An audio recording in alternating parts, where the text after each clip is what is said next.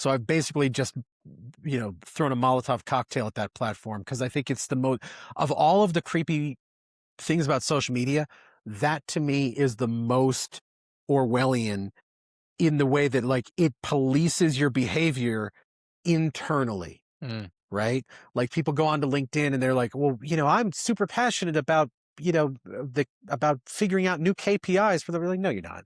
We all know you're not.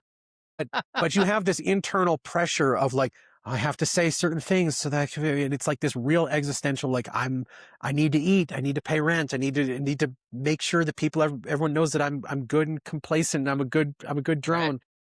And it feels like whenever I log on there, like I'm living in an authoritative hell, right? It's this like, it's like the most police state cyberpunk dystopic kind of William Gibson-esque.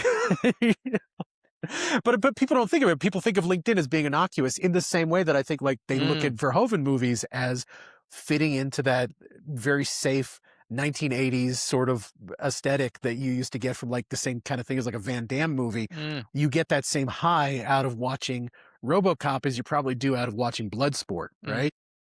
But, Verhoeven is operating at such a different level. So, well, before we jump off that, so 100% agree with you. I think one of the challenges there is what's better. And this is sort of like the challenge that you have with a Verhoeven movie, right? Which is he's going to do something that makes it look like there's a bad guy, right? And there's good guys. But reality is, for something like LinkedIn, great example of the interesting part about the world is how you flatten someone's perception of self to be able to fit into that mold, right?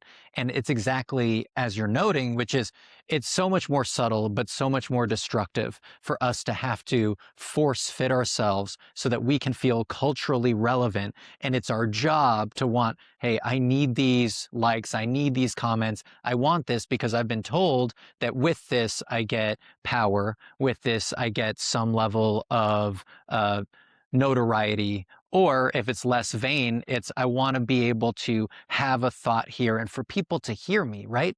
I mean, we all want to raise our hands and be able to say something and for people to listen and understand, because the relevance of our lives is many times related to our relevance in our communities, right? In our places and spaces. And so if you have to show up somewhere in a specific way, what an interesting and challenging thing to do, which is to change yourself to fit that space, because fundamentally you won't win unless you're governed and work by its rules.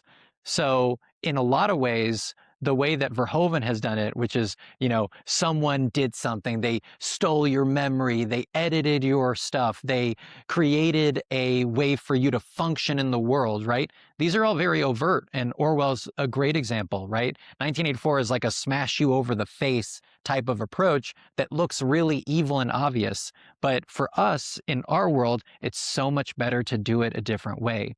How do we create a way for you to think? Then no matter what happens, you already agree that that's the way that you think, right? So you've already been given a way to exist and you agree wholesale to that. And then it's easy for someone to say, oh, well, if you want to succeed here, just do these different steps. And you're like, oh, well, I want to succeed, so let me go ahead and do those exact steps. And so exactly to your point, something like LinkedIn becomes the game, but it's only like the very top of the problem. The real problem is everything that's allowed here that gets you to this tiny little piece that is, oh, I'm going to play the LinkedIn game. And then you look at it and you're like, the banality of this. Oh my God.